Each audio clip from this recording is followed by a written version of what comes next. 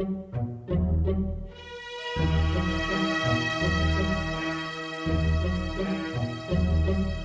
bindur se Haklaj tashmë ishin të marrë fund dhe mezi po rezistonin brenda mureve të fortifikuara të kullës shekullore në Kërnaj, kundërshtarët e tyre bën një gabim të rëndë që u kushtoi shtrenjtë.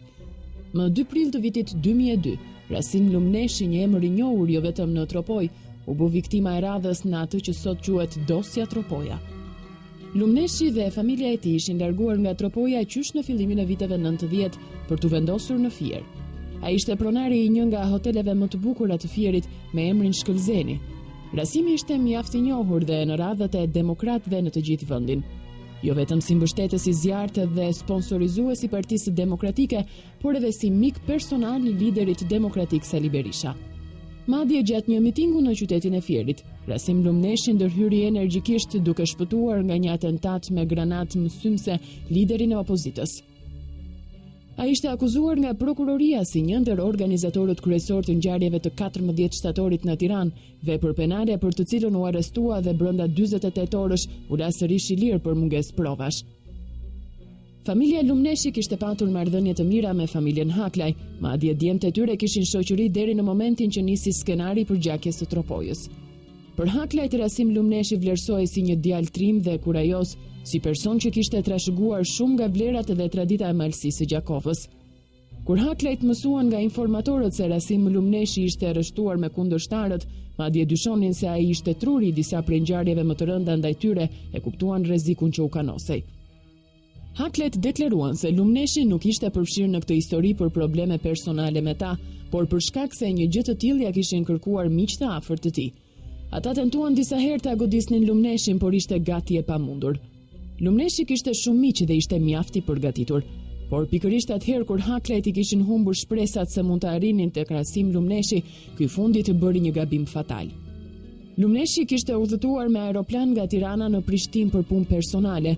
Aty takoi disa miq të tij nga Tropoja, të cilët e ftuan të shkonte në vendlindje dhe i dhanë garanci të plot se nuk do t'i ndodhte asgjë pasi Haklajt tashmë kishin marrë fund. Lumneshi kishte vite të tëra që nuk shkelte publikisht në Tropoj, pasi ishte paralajmëruar se Haklajt po e kërkonin për ta vrarë. Ai ishte tepër i kujdesshëm dhe për këtë gjë, Haklajt, edhe pse e shihnin si një nga kundërshtarët më të rrezikshëm, e respektonin për aftësitë që kishte. Nuk dihet në çrethana, por Lumneshi u bind që të hynte në Bajramcuri ditën për diell. Në mëngjesin e 12 prillit 2002, Lumneshi dhe personat që e shoqëronin kaluan traun e pikës së kalimit kufitar në qafën e Morinës dhe morën drejtimin për në qytetin e Bajramcurit. I garantuar prej miqve të tij, Lumneshi e humbi vigjilencën për të cilën ishte shquar gjithmonë. Dalja e tij publike në Bajramcuri ishte një sfidë fortë që u bëhej Haklajve. Ekspozimi në publik i Lumneshit, i cili në fakt thjesht kishte shkuar në vendlindjen e tij, dëshmonte se Haklajt, pasi u ishin vrarë 4 djem, kishin marrë fund. Lumneshi dhe personat që e shoqëronin ulën për të pirë një kafe në lokal Ervin, që ndodhet në pjesën e sipërme të shëtitores kryesore të qytetit, dhe për më tepër ishte pronë një oficeri të policisë. Mes grupit të ulur me Lumneshin kishte shumë të njohur të tij, duke përfshirë gjyqtar dhe biznesmen të Tropojës. Ndërsa Lumneshi po shijonte kafen në shoqërinë e miqve në mes të Bajramcurit, lajmi i ardhjes së tij mbërriti në Kërnaj. Hamdi Haklaj nuk e mbante vendi, por ai nuk mund t'i afrojë aq sa donte Lumneshit, jo vetëm se do ta njihnin qysh larg, por sepse kundërshtarët e tij ishin aq të përgatitur dhe të shumtë në numër sa mund ta vrisnin më parë. Për këtë shkaqe u gjet një zgjidhje që askujt nuk do t'i shkonte në mendje. Mësuesja 37 vjeçare Zylfie Haklaj, ato paradite si çdo ditë po u shpjegonte fizik nxënësve të saj në shkollën 8 vjeçare të Kërnajës. Sa po mori vesh lajmin, ajo nuk humbi kohë, por nxitoi të mbante premtimin që pati bërë mbi varrin e vëllait të vrarë yllit. Sipas versionit që prokuroria ka paraqitur në gjykat, rezulton se Zylfie Haklaj zbriti në Bajramcuri nga fshati i saj me një furgon pasagjerësh të rastit. E gjatë mbi 1,90 cm, ajo kishte të lehtë të fshihte poshtë palltos së saj një kalashnikov që e kishte hedhur në supë. Mësuesja e fizikës zbriti nga furgoni në qendër të qytetit para monumentit të Bajramcurit dhe ngjiti shkallët në krah të tij që të nxjerrin në trotuarin mbi shëtitoren kryesore. Lokali ku qëndronin të ulur 10 burra, të gjithë me armë në brez, qoftë me leje apo pa leje, ishte afro 100 metra larg. Ajo eci ngadalë për të mos tërhequr vëmendjen e klientëve të shpërqendruar të lokal Ervin, që ndodhej vetëm 50 metra në vijë ajrore nga hyrja e komisariatit të Bajramcurit. Sipas dëshmitarëve okular, Lumneshit nuk i shpëtoi pa i rënë në sy silueta femrës të gjatë që po ecte më hap të ngadalt drejt tyre, por miqtë e siguruan të mos shqetësohej për asgjë. Rreth orës 10:15 minuta, Zylfie Haklaj ndodhej vetëm 10 metra larg tavolinës së Lumneshit. Ajo vetëm hapi pallton dhe nga poshtë saj zori Kalashnikovin, të cilin nuk e hoqi nga supi, por hapi zjarr direkt duke qelluar një nga një.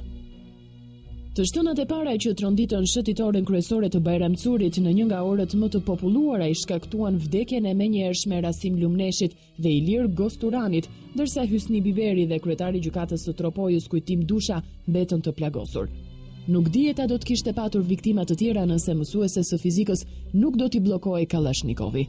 Pavarësisht se të gjithë personat që gjendeshin përballë ishin të armatosur, ajo nuk e humbi toruan, thjesht ndërroi karikatorin e automatikut, kopsiti pallton dhe vazhdoi të ecte me këmbë duke u larguar drejt pallateve në lagjen Partizani për të mos u kapur kurrë nga policia. Vetëm pak çaste më pas, njëri nga personat që ndodhej në tavolinë me viktimat qelloi disa herë me pistolet në ajër për të kërkuar ndihmën e policisë. Por ishte tepër vonë. Rasim Lumneshit i mjaftoi vetëm një gabim dhe besimit e miqtë e tij që i dolën garant për të përfunduar në breshërinë e plumbave. Ngjarja e 2 prillit shkaktoi një zhurmë shumë të madhe jo vetëm në Tropoj, por edhe në kryeqytet. Ajo ishte e padëgjuar për kohët moderne, jo vetëm se ekzekutoria ishte një femër, por edhe për faktin se viktimat ishin persona me reputacion të madh. Goditja e Haklajve që dukeshin të marrë fund ishte aq e fortë se askush nuk e kishte menduar. Në Tiranë, opozita reagoi menjëherë duke cilësuar Lumneshin një pishtar dhe martir të demokracisë, që u ekzekutua sipas saj nga vrasës të ndihmuar prej strukturave të policisë së Tropojës. Në deklaratën e lëshuar pas ngjarjes, Partia Demokratike akuzoi një policë të komisariatit të Bajramcurit se kishte ndihmuar motrën e vogël të Haklajve të kryente krimin dhe të largohej pas ngjarjes. Ndërsa gazeta e Partisë Socialiste të nesërmen e ngjarjes e cilësoi në faqen e parë të saj Zylfie Haklajn me emrin Shota e Haklajve. Kjo ngjarje ndodhur në mes të ditës dhe në mes të qytetit, në pranitë të dhjetra dëshmitarëve, është duke u gjykuar prej 2 vitesh në gjykatën e Tiranës për arsye të sigurisë së trupit gjykues. Provat e paraqitura nga prokuroria që këmbgulse autore është Zylfie Haklaj thuajse kanë dështuar të gjitha, me përjashtim të vetëm një dëshmitar i cili u soll në seancën gjyqësore me eskort policie dhe mjete të blinduara. Urdhër arresti për Zylfie Haklajn u lëshua pasi kaluan më shumë se 2 vjet nga ngjarja. Vetëm më 16 korrik 2004, gjykata vendosi masën e sigurisë arrest me burg në mungesë për motrën e Haklajve, e cila akuzohet për vrasje në rrethana cilësuese dhe armbajtje pa leje. Aktualisht, Zylfie Haklaj, edhe pse nuk është dënuar ende nga gjykata e shkallës së parë, është shpallur në kërkim ndërkombëtar nga Interpoli dhe fotografia e saj ndodhet në 10 personat më të kërkuar në Shqipëri. Përfshirja e grave në serialin e përgjakshëm të vrasjeve në Tropoj e zgjeroi më tej rrjetin e personave të rrezikuar për t'u ekzekutuar nga kundërshtarët. Në pamundësi për të goditur Hamdi Haklaj dhe motrën e tij të vogël Zylfien, kundërshtarët e Haklajve vendosën të ekzekutonin të afërmit e tyre pa u mbushur as 40 ditë nga vrasja e Lumneshit.